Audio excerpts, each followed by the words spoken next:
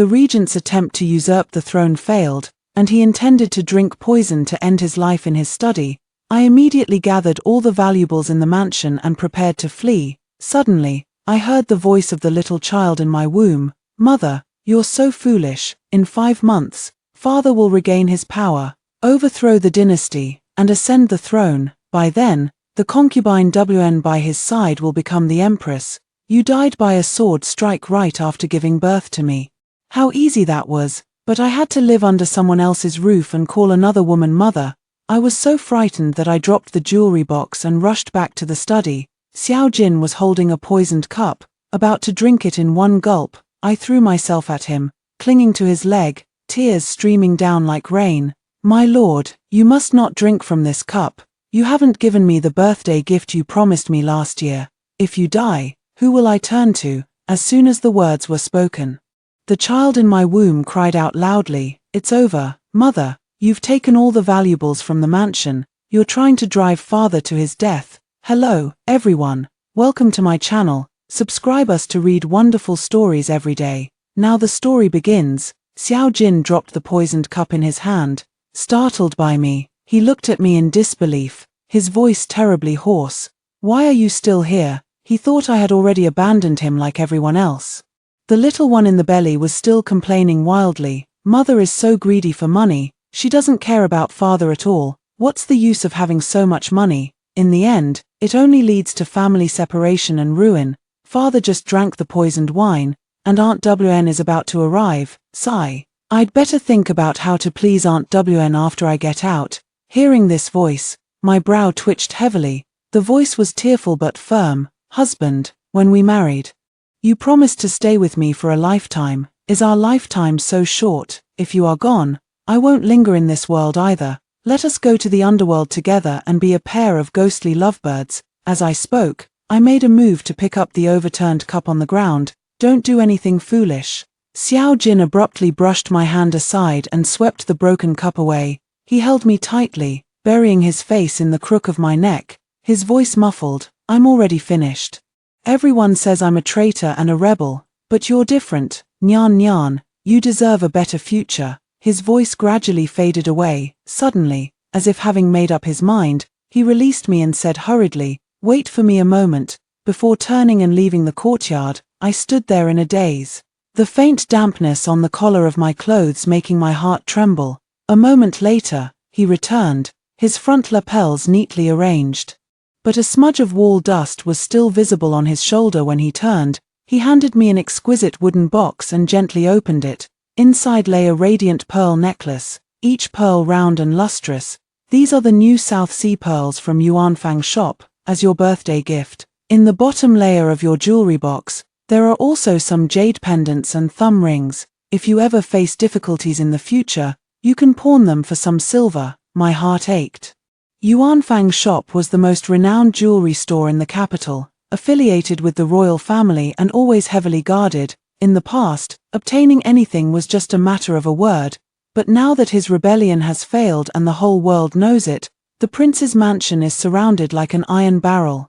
At such a time, trying to retrieve this string of South Sea pearls from Yuanfang's shop is as difficult as reaching the heavens. He actually risked his life to go out before deciding to face death, just to fulfill a promise and leave a way out for me. In the dim candlelight, I could still see the fresh wound on his temple, yet he deliberately hid it with his disheveled hair, afraid that I might see it. Seeing my silence, he hurriedly explained, It wasn't stolen or robbed. I used the jade pendant bestowed by the late emperor as collateral. Before he could finish, I stood on tiptoe and kissed his lips, a fleeting touch. Then parted, gazing into his astonished eyes. I said with determination, I don't care whether you're down on your luck or a traitor. From now on, I'll support you. I'll protect you. Emotions surged in his eyes, and they gradually reddened. Before he could react, I took another item from my sleeve and pressed it into his hand. This is to make up for your birthday gift this year. He looked down to find a red-painted rattle drum lying in his palm, its surface painted with a charming and childlike image of a boy holding a carp. He paused for a moment, then a gentle smile curved his lips. Even in such circumstances, you're still so childish. As he spoke, he ruffled my hair. He always saw me as a child in need of care, never once considering the possibility that I might be pregnant. Watching his reaction, my heart ached with bitterness. I had used the last of the household silver that could be exchanged for practical grains to buy this child's toy that no one had any use for at the moment, yet he said nothing, didn't blame me for wasting our resources, didn't scold me for being thoughtless. He simply took the rattle drum in silence, broke off a branch from the old plum tree outside the window, and by the candlelight began carefully weaving a small wicker box. His slender fingers moved with deft agility, his expression wholly absorbed. Before long, a delicate rattan box was completed. He carefully placed the rattle inside, closed the lid, and solemnly set it on the desk. "All done," he said, looking up at me with a faint smile, the lifelessness in his eyes softening a little. "I've put your gift away safely." As dusk fell, the sound of chopping firewood echoed from the courtyard. He was once the golden-branched, jade-leafed regent prince. The hand that once reviewed memorials now wields a wood-splitting axe, and he has gradually grown skilled at it. Xiao Jin has been stripped of his title and confined to a dilapidated princely residence since his military defeat, with no food or water provided, and heavily guarded outside the mansion, making his situation extremely difficult. Yet, to ensure I can live comfortably, he covers his face and goes out every day to fight in the arena, earning meager silver coins, no matter how late it is. No matter how heavy the fatigue and pain he carries, the first thing he does upon returning home is to light the stove.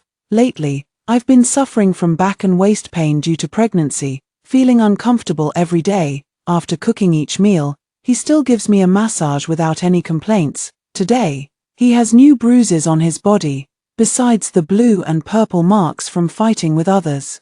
There are also knife wounds of varying depths on his hands, scars left from learning to chop vegetables and cook. But as soon as he entered the door, he first looked me over carefully, as if making sure I was all right. Then, without a word, he walked to the corner by the brazier, added a few new pieces of charcoal, and carefully stirred them a few times to make the warmth even stronger.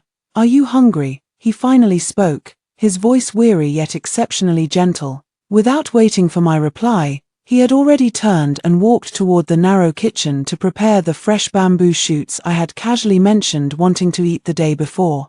Who could have imagined that just over a month ago, he was still the regent who held the highest authority, with a single command answered by hundreds, let alone cooking, even dressing or serving tea had never required his personal attention. At that moment, as I shifted slightly due to my sore back, he quickly walked over and began to massage my waist with just the right pressure. His technique was even more precise and soothing than that of the best masseurs in the former mansion. "Don't send me away." I seized the chance to grab his sleeve. "I'm not afraid of hardship." He was silent for a moment, his Adam's apple bobbing. "This room leaks wind at night, and you always shiver so much you can't sleep well. The roast duck you love the most, I can only buy the leftovers others picked over. The taste isn't right, and you just frown at a glance. Even the incense you're used to, I can't find it anymore." He lowered his eyes, his voice so muffled it made one's heart ache. "Nyan Nyan, you should have lived a life 1,000 times more noble than this. By all reason, when a treacherous minister falls from power, those around him should have long scattered. Yet all the kindness he showed me, I saw it all clearly. No matter how immense his power was in the past, he never allowed me to touch even a hint of darkness. No matter how busy he was, he always remembered that I feared the cold, and would have the underfloor heating lit in advance. Even on the day when the Imperial Guard surrounded the mansion, his first reaction was to order his most trusted guard to take me away. I suddenly reached out, grabbed the lapel of his robe, pulled him close, and gently kissed the corner of his wounded lips. The familiar scent on him made me feel at ease. The little one in my belly started kicking again. How utterly mortifying. Mother is so bold, father is so embarrassing too, for a regent who holds such sway over the court. To actually blush just from a kiss from mother. "I've said I would follow you for a lifetime." I pressed my forehead against his, my voice soft yet resolute. "If you live, I live. If you seek death, I will join you immediately." His eyes suddenly reddened, tears threatening to spill. He rose almost frantically. The fresh bamboo shoots will spoil if not handled soon." Watching his fleeing figure, I gently curved the corners of my lips. It turns out that whether he was the powerful regent who held sway over the court or the down-and-out man now hidden among the common folk, in front of me, he has always been that Xiao Jin who would travel halfway across the city for a single "I like it" from me and whose ears would turn red from a single kiss. I know that all his fierceness has always been directed only at outsiders, while all his tenderness and vulnerabilities have been reserved solely for me. The child also clicked his tongue in amazement. If only father and mother could always be this loving, I would surely be very happy growing up by their side. What a pity, though. Mother will eventually be controlled by a mysterious force and run away, father will gradually lose hope in her, and Aunt Wan will still become my nominal mother. What a shame. Mysterious force. Although I've never believed in ghosts or gods, the things that have been happening lately are all very strange. If there really is a mysterious force, then it all makes sense. I was wondering why that day I felt as if possessed, insisting on packing my belongings and fleeing, and why the usually proud and fate-defying Xiao Jin so easily considered taking poison to end his life. Now that I know how things will unfold, it's much easier to handle. That day, I was taking a short nap. The little one in the belly is restless again. Mother is still sleeping right now. She's about to have her man stolen. At this very moment, father is on his way home when his mask is torn off, and is surrounded by the crown prince's men.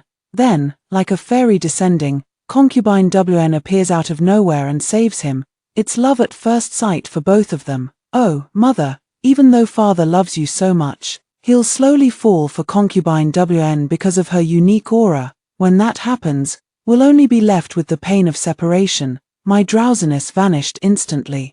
I grabbed a finely sharpened silver hairpin and tucked it into my sleeve, changed into my heaviest platform shoes, and hurried out the door, supporting my slightly swollen belly. Turning into the dim alley that Xiao Jin passed through every day, I indeed saw him surrounded by a group of people. The crown prince, clad in brocade robes, stood arrogantly in the center, his foot stepping on the mask Xiao Jin used to conceal his face.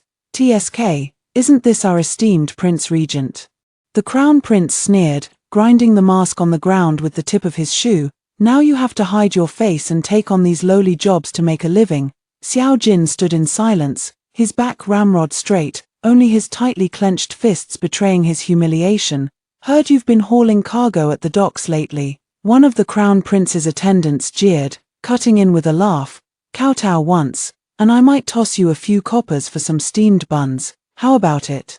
The crown prince let out a light chuckle, his gaze sweeping dismissively over Xiao Jin's tattered clothes. "If you're willing to get on your knees and bark like a dog, I might consider giving you a decent meal." Just then, an attendant suddenly snatched a small rouge case from his chest. "Your Highness, look, this pauper was hiding this." Xiao Jin suddenly looked up, a flicker of panic in his eyes for the first time. "Give it back to me. That was the rouge I used to love the most." Bought with a whole month's wages he had saved up. "Oh my, our esteemed regent, you can't even afford a decent meal, yet you buy this. Could it be that the beauty at home is about to run off with someone else?" Another chimed in immediately. "I heard that Lady Sue is still sticking with him, devoted as ever. How blind, with that broken body of his now, can he even satisfy her?" Before the words had even finished, Xiao Jin suddenly looked up, a murderous glint flashing in his eyes. But before he could make a move, the crown prince had already kicked him hard in the abdomen, still daring to glare. "You're not even worth a stray dog now. What makes you think you can protect your woman?" I couldn't wait to intercept any move against Lady Wan. I could no longer stand by and watch. So I abruptly took off my platform shoe and hurled it fiercely at the crown prince. Since I wasn't restrained by some so-called mysterious force from stepping in to save someone, it meant this wasn't a dead end after all. I can still change the predetermined course. "Your Highness the Crown Prince is truly impressive." I quickly pulled Xiao Jin behind me, shielding him while suppressing my fear. "Picking on those who are down on their luck, is this the dignity of Liang Kingdom?" The shoe was thrown off course and hit one of the Crown Prince's guards. He grunted in pain, but the Crown Prince picked up the shoe and, creepily, brought it to his nose for a sniff, showing an intoxicated expression. "So fragrant, truly worthy of being Xiao Jin's woman." He leered and moved closer to me. "Why not follow me? Little beauty, I'll ensure you live in luxury. Why suffer with this useless man?" Before the words had even faded, Xiao Jin, who had been silent all along, suddenly erupted. Like a cornered beast whose scales had been touched the wrong way, he lunged at the man restraining him and landed a fierce punch right on his face. "Don't you dare touch her." That punch used every ounce of his strength, and the attendant immediately had blood streaming from his nose. He still wanted to lunge at the crown prince who had bullied me, but soon, more attendants swarmed in, kicking and punching him. Xiao Jin curled up on the ground, yet he still stared fiercely at the crown prince. His eyes filled with a viciousness never seen before. "Whoever dares to touch her, I'll kill them," the crown prince sneered, stepping forward himself and stomping on Xiao Jin's hand, grinding it mercilessly. "You can't even protect yourself, yet you still want to defend a woman." I looked at Xiao Jin's pained yet stubborn expression, my heart aching unbearably. I gripped the silver hairpin tightly and charged forward. "If the crown prince dares to harm him, I will risk my life today to make you pay the price." Just as the crown prince, enraged and humiliated, was about to give the order, a cold and authoritative voice suddenly came from the alley entrance. What a lively scene! Everyone turned to look and saw a handsome man in a black python robe standing with his hands behind his back. His face was stern, and between his brows carried an aura of looking down upon the world. "This is the crown prince of Liang, Liang Mo." Upon seeing the visitor, the prince immediately toned down his arrogance and hurried forward to bow. "I was unaware of your highness's arrival and failed to greet you properly. Liang boasts a powerful military, abundant supplies, and has repeatedly invaded our borders in recent years. Our own dynasty, however, has suffered from consecutive years of famine, leaving the national treasury depleted. We were forced to cede 10 cities to seek peace, and now we must even rely on Liang to teach us farming techniques." Today's palace banquet was set up by the crown prince to facilitate the signing of the land cession document, and the emperor praised him endlessly for it. This is also why Xiao Yang was so obsequious to Liang Mo. Liang Mo didn't even glance at him, his gaze fixed directly on me. Everyone present saw this and exchanged suggestive looks, clearly misunderstanding our relationship. The child instantly lit up. "Oh my God, it's really the crown prince of Liang. Just thinking about how he will become the ruler of the strongest nation in history is so exciting. Is it just my imagination? Why does he keep staring at mother? It would be great if he really took a liking to her. Save her. Please, I don't want to lose my mother at such a young age." My heart tightened, and seizing the moment when no one was paying attention, I grabbed Xiao Jin and turned to run. Although Xiao Jin was seriously injured, he still matched my pace as we stumbled and fled from that troubled place. Back at the dilapidated royal residence, Xiao Jin asked nothing. He just held me tightly, burying his face in the crook of my neck. His warm lips gently pressed against the top of my hair. My mind was in turmoil, the unspoken secrets weighing on my heart like stones. I need to get some fresh air." I gently pushed him away. Xiao Jin's arm stiffened slightly, his voice tightening. "Do you want me to come with you?" "No need, I'll be back soon." As I turned to leave, I heard Xiao Jin ask softly from behind, "Will you really come back?" I turned back with a strange look. "Of course I'm coming back. I just went out to get some fresh air." I walked away quickly, not noticing the fleeting pain and unease in Xiao Jin's eyes. Just as I stepped out of the alley, I was surrounded by a group of Liang Kingdom guards. Liang Mo emerged from the shadows, looking at me with a complicated expression. "Imperial sister, are you so unwilling to see your imperial brother?" I bit my lip in silence, my mind a whirlwind of confusion. So he had recognized me all along. That intense gaze in the alley earlier was clearly him confirming my identity. Back then, the Queen Mother took matters into her own hands to arrange your marriage to the Prime Minister's son because she feared you might later be sent away for a political marriage. At least by marrying the Prime Minister's son, you would remain within the country.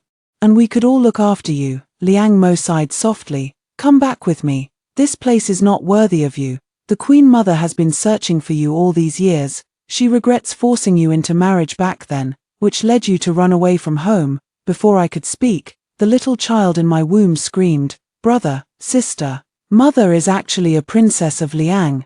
How come she never mentioned it? Oh my. Does that mean I can dream of mother defeating Aunt Wn and the mysterious forces, staying with father and me forever?" I frowned. "I can leave, but not now. The prescription for my pregnancy-preserving medicine is still at home. The peace lock engraved with my and Xiao Jin's names for our child hasn't been picked up yet. And most importantly, Xiao Jin himself. I haven't even confessed to him yet. How could I possibly leave him alone? But the emperor waved his hand and had the guards take me away. As I struggled desperately, I faintly heard a familiar voice in the distance, still calling my name. It was Xiao Jin. He had dragged his sick body out to chase after me. But the next moment, the sound of punches and kicks was heard, mixed with a sinister laugh. Well, if it isn't the regent, you made me suffer so much in the past. How did you end up in such a state? The little one in the belly cried out anxiously. It's over. It's over. Father is cornered by his enemy. Could it be that we still can't escape the mysterious force in the end? Oh no, Father has been searching for us for so long. If he knew we were just a short distance ahead, how heartbroken he would be. Small child's voice trembled with tears. Why is Father not moving? Is he waiting for Aunt Wan to save him?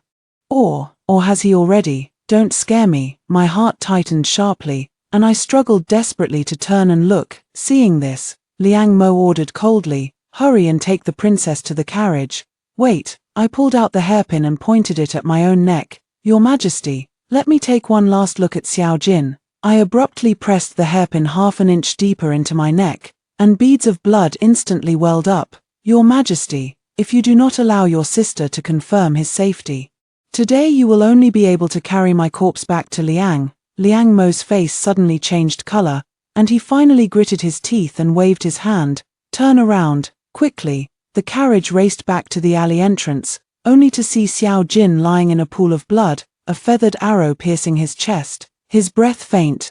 Those enemies had long since vanished without a trace. "Xiao Jin," I rushed over, frantically trying to press down on the wound that kept gushing blood. My vision blurred by tears. The little one in my womb child cried heart-wrenchingly, "Daddy, Daddy, don't die. Mommy, save Daddy, I'm pregnant." "Xiao Jin, you once said that if we had a child, you would teach them horseback riding and archery, teach them to read and understand reason." I choked up, pressing his icy hand against my lower abdomen. "Our child can't grow up without a father. Xiao Jin, do you hear me? I forbid you to die." Perhaps sensing the child's presence, Xiao Jin's fingers twitched almost imperceptibly, his unfocused eyes struggled to focus on my face, his lips moved slightly, but no sound came out. "Summon the imperial physician." Quickly, Liang Mo shouted sharply, his complex gaze shifting between me and Xiao Jin, before he finally sighed. "Find a clean room nearby." Xiao Jin was urgently settled in a secluded courtyard. After examining him, the imperial physician repeatedly shook his head. "The arrow wound has reached the lung, and he has lost too much blood. Whether he can survive the night depends entirely on fate." I stayed by the bedside, never leaving his side, whispering in his ear over and over, recounting our past and speaking of our child's future. The child in my womb also kept calling out "Daddy, Daddy," as if trying to call him back from the brink of death. As dawn approached, Xiao Jin's high fever finally subsided, and though his breathing was still weak, it had become much steadier. The child's inner voice carried the weariness and relief of having survived a great ordeal. "Daddy seems to have pulled through. That's good, Mother. Daddy won't die." My anxious heart finally settled, and exhaustion and drowsiness washed over me. I slumped by the bedside and fell into a deep sleep. I don't know how much time had passed when I was abruptly awakened by a clamor. Outside the door, Lin Wan's urgent voice could be heard. "I heard the prince was attacked, as the princess. I am deeply concerned and have come on the orders of His Highness the Crown Prince to check on him. For the prince's safety, we must conduct a search to ensure no rebels are hiding here and causing further trouble." The Crown Prince's voice was also mixed in. "Indeed, the rebels are rampant. I am doing this to ensure absolute safety and eliminate any future troubles. Who knows if Xiao Jin might be hiding some evidence of his dealings with the rebel faction here." My heart sank. They were clearly using the pretext of a visit to carry out a search. Lin Wan has always been kind-hearted, and this time she was probably deceived by the Crown Prince's smooth talk. The real purpose was likely to find those fabricated pieces of evidence. But I absolutely refused to believe that Xiao Jin would rebel. I stood blocking the door. "The prince is severely injured and still unconscious. The imperial physician has ordered absolute rest, so it is truly not suitable to receive guests. Moreover, everything here is simple and plain, with nothing of value, let alone anything improper. There is no need for your highness the crown prince and Lady WN to trouble yourselves with a search. Lady WN looked at me, seeming somewhat hesitant, but still insisted. Why must you make this so difficult, princess? His highness the crown prince only means well, ensuring everything is safe so the prince can rest without worry. Isn't that right, if there is nothing to hide? Why fear an inspection? Crown Prince Xiao Yang grew even more impatient and directly ordered the guards to step forward. I have no time to waste here. Search the place, especially letters and documents, not a single one is to be missed. Who dares? I spread my arms to block them, my heart filled with anxiety. My elder brother had long been sent away by me, and Xiao Jin was now completely defenseless, if they were to find something fabricated or take the opportunity to harm him. Just as the two sides were locked in a stalemate, a faint cough came from the bed. Xiao Jin had woken up. Though his face was as pale as paper, his gaze was as sharp as ever. Your Highness the Crown Prince, what a keen interest, to personally search the residence of a dying man. Though his voice was weak, it carried an imposing pressure that instantly deflated the pompous Crown Prince's arrogance.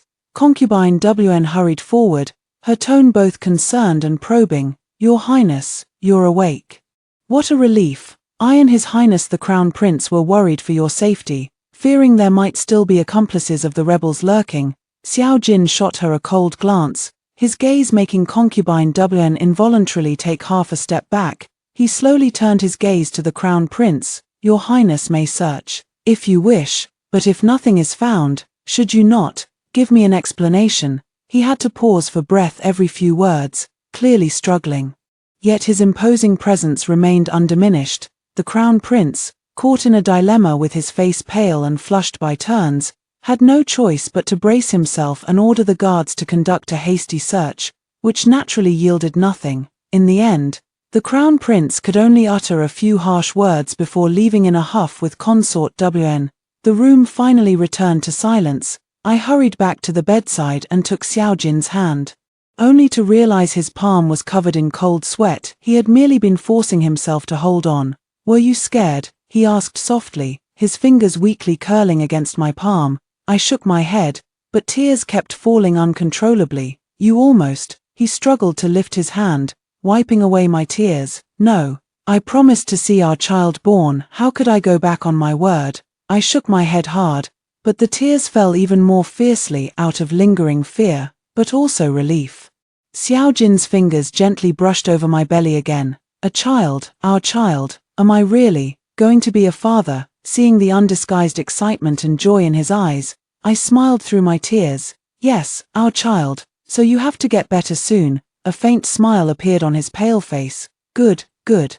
For you, for our child, I will definitely get better. The little one in the womb child seemed to sense his father's survival after the ordeal and moved gently. Days passed in a mix of anxiety and careful nursing. Xiao Jin's injuries showed slight improvement, and he was able to sit up. But the difficulties facing the prince's residence grew increasingly severe. Although the Crown Prince no longer dared to openly search our premises, his covert harassment never ceased. The supply of medicinal herbs and grain was intermittent, and our financial situation grew increasingly strained. One day, as I was worrying about money, the little one in my belly suddenly murmured, "Mommy, Mommy, that useless Crown Prince is here again. He brought several followers with him. Looks like he's here to cause trouble again. Hey, that coiling dragon jade pendant at his waist looks really valuable. If we could snatch it, it would be enough for Daddy to buy lots and lots of tonic medicine. Mother, think of a way quickly. Make him furious. Let him try to steal a chicken only to end up losing the rice." My heart stirred, and I looked up. Sure enough, I saw Crown Prince Xiao Yang swaggering into the courtyard with a few attendants, a malicious smile on his face. The Crown Prince glanced sideways at Xiao Jin on the couch, his tone mocking. "Oh, not dead yet. It seems even the King of Hell doesn't want a rebel like you." Xiao Jin's expression remained calm, not showing any anger, merely watching him with a detached gaze. I took a deep breath, suppressing the disgust in my heart. "Your Highness the Crown Prince, what brings you here today?" Is there another decree from the palace? The crown prince snorted coldly, but his gaze was fixed on the small jade picio on the stone table in my courtyard, a trinket Xiao Jin used to casually play with. The jade was of decent quality, but the craftsmanship was exquisite. The child immediately screamed in my heart. Mother, quick, he's taken a liking to it. This fool just loves to pretend to be cultured. I understood immediately and deliberately stepped aside to block his view, speaking in a flustered tone. Your Highness, please forgive me. This humble room has nothing worthy of your attention. The more I tried to conceal it, the more suspicious the crown prince became. He pushed me aside, grabbed the jade picio, and examined it closely. What is this? It's just a trinket I play with, nothing of any value. But the crown prince sneered coldly. Its shape is peculiar, it must be a token of the rebels. I will take it back for investigation. Little child cried out. Pa, you clearly want it but still make excuses. Mother, trick him. I looked up, teary-eyed. Your Highness, please see reason. This is a family heirloom for attracting wealth. I still rely on it to bless our household. I deliberately emphasized family heirloom and attracting wealth. The crown prince's eyes lit up at the mention of attracting wealth, but he couldn't bring himself to show it, saying stiffly, I won't take it for nothing. Tell me, how much silver? Timidly, I extended 5 fingers, 50 taels of silver. I shook my head, 500 taels of gold, 500 taels. The crown prince jumped to his feet, and in gold. Why don't you just rob me instead? Tears welled up in my eyes. If your Highness finds it too expensive, then please return it to me. It's just that this picio has bonded with its owner. Forcibly separating it might harm the master's fortune. I was just making it up as I went along. The crown prince's face turned pale and then flushed with anger, finally gritting his teeth. Enough, I'll consider it a reward for you. Manager Jew, give him the banknote. Clutching that thing worth no more than 100 taels, he walked away as if he had obtained some treasure. The child was overjoyed. How stupid. Mother is amazing. Yet this windfall did not improve Xiao Jin's mood in the slightest. Late at night, he held my hand, his eyes filled with bottomless exhaustion and despair. Nyan Nyan, he said in a hoarse voice. Look, doesn't this feel like an invisible fate, pushing me into desperate situations again and again? The crown prince, enemies, assassinations, I might truly be doomed. His trembling fingers gently touched my belly, full of longing and pain. Go, take the child, and find your family. You deserve a peaceful and smooth life. His words felt like a dull knife cutting through flesh. I know, it's not that he despises me, but that he is crushed by that omnipresent mysterious force, afraid that his existence would only bring us destruction. The child also quieted down. I looked at this fragile man before me. Without a moment of hesitation, I leaned down, gently pressed my lips to his, silencing all words. Nyan Nyan, he spoke hoarsely, as if finally unburdened from a 1,000-pound weight. That rebellion, from start to finish, it was all Crown Prince Xiao Yang's scheme. He closed his eyes, and when he opened them again, only icy hatred remained in his gaze. He feared my achievements overshadowed the throne, worried that the emperor would depose the elder and appoint the younger. So he meticulously designed a plot, framing me for secretly hoarding imperial robes and colluding with border generals. All that irrefutable evidence was carefully forged by him. Laughable that I prided myself on being clever, yet step by step I fell into his trap, causing my subordinates to die tragically and my own reputation to be utterly ruined, if not for this severe injury, and the last spy I planted in the Eastern Palace risking his life to deliver a secret message. I might have remained in the dark until death, believing I had failed due to mere misfortune. I stared at him in shock. So that's how it was. The burden that had crushed him, even driving him to thoughts of death, actually came from such despicable framing. The child in my womb also kicked angrily. Bad guy. Big bad guy. So daddy was wronged. Xiao Jin. I gazed into his eyes, enunciating each word clearly and distinctly. Listen to me. Your enemy is my enemy. Your debt, I will help you collect. You want to settle the score with him? Good, I'll go with you to settle it. You want to uncover the truth? Good, I'll help you overturn this conspiracy together. You want to reclaim everything that belongs to you? Good, that throne should have been yours, someone capable. Not that useless fool who only knows how to frame the loyal and virtuous. My voice was not loud, but it was firm, as if I were not speaking of something earth-shattering, but stating a future that was bound to come true. I took his hand and placed it once more on my lower abdomen.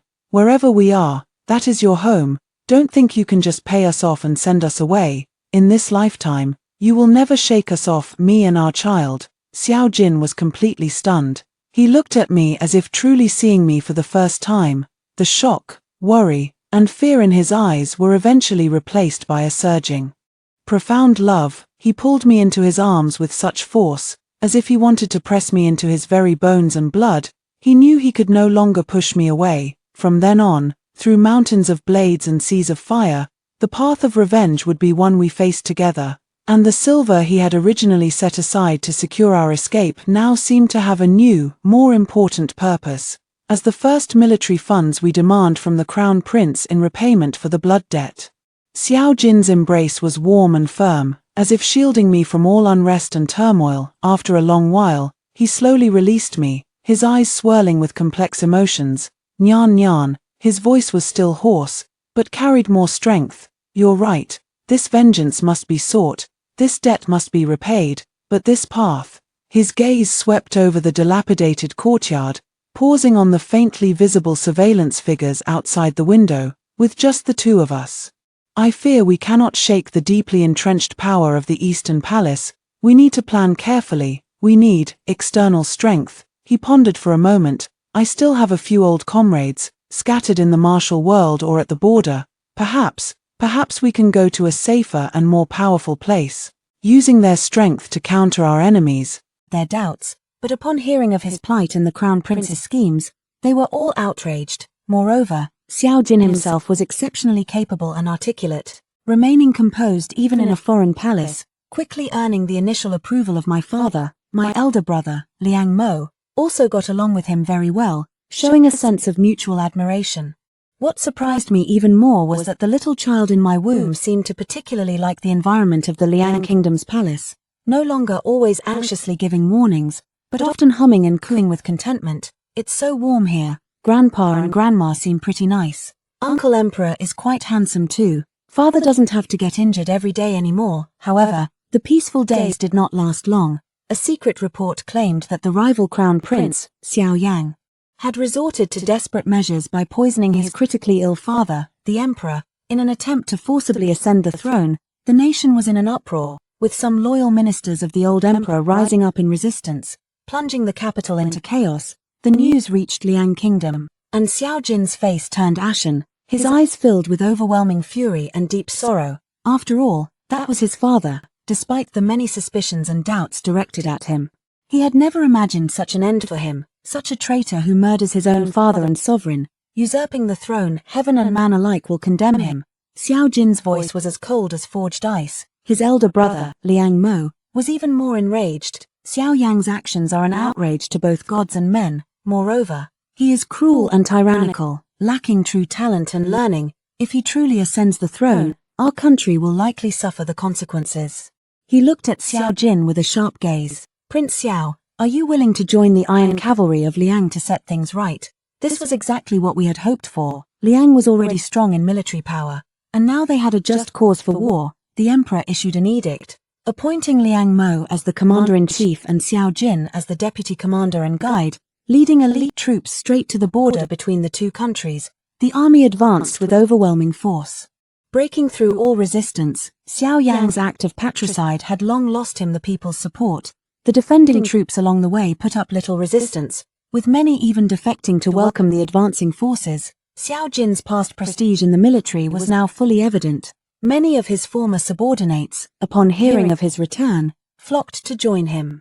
In the end, the army arrived at the city gates. By this time, Xiao Yang was utterly isolated, left to defend a solitary city with no one to turn to. The siege held little suspense. The Liang cavalry fought with fierce bravery, and under Xiao Jin's steady command, they swiftly breached the imperial palace. In the Golden Yuan Hall, Xiao Jin personally captured Xiao Yang as he attempted to flee, gazing at this elder brother who had once framed him and now murdered their father to seize the throne. Xiao Jin's eyes held nothing but cold disgust. Xiao Yang, your sins end here. After the Crown Prince's death, the domestic situation began to stabilize. With everything waiting to be rebuilt, a nation cannot be without a ruler for even a day. With the support of the Liang Kingdom and the unanimous recommendation of all surviving royal family members and civil and military officials, Xiao Jin, who was not only highly capable but also the greatest hero in restoring order, rightfully ascended to the throne. After the coronation ceremony, the first thing Xiao Jin did was to stand in the grand hall and, disregarding the gazes of everyone, proclaim to the world that I would be his empress. His voice echoed through the grand hall, his gaze resolute and tender. Months later, our child was born peacefully amidst an atmosphere of serenity, a prince with a robust cry. Xiao Jin held the wrinkled newborn, so overwhelmed he fumbled nervously. That cautious, gentle demeanor bore no resemblance to the decisive, authoritative emperor who commanded the court. He named our child Xiao Cheng'an, signifying the inheritance of a prosperous era and the peace and stability of the nation. The morning sun bathed the palace in light. Xiao Jin held the babbling Cheng'an in one arm and tightly intertwined his fingers with mine with the other.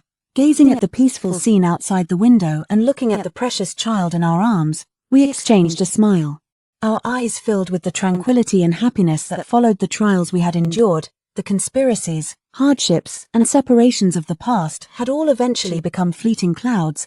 The future is long, and we have each other, we have Cheng'an, and we have this shared land and sky that we protect together.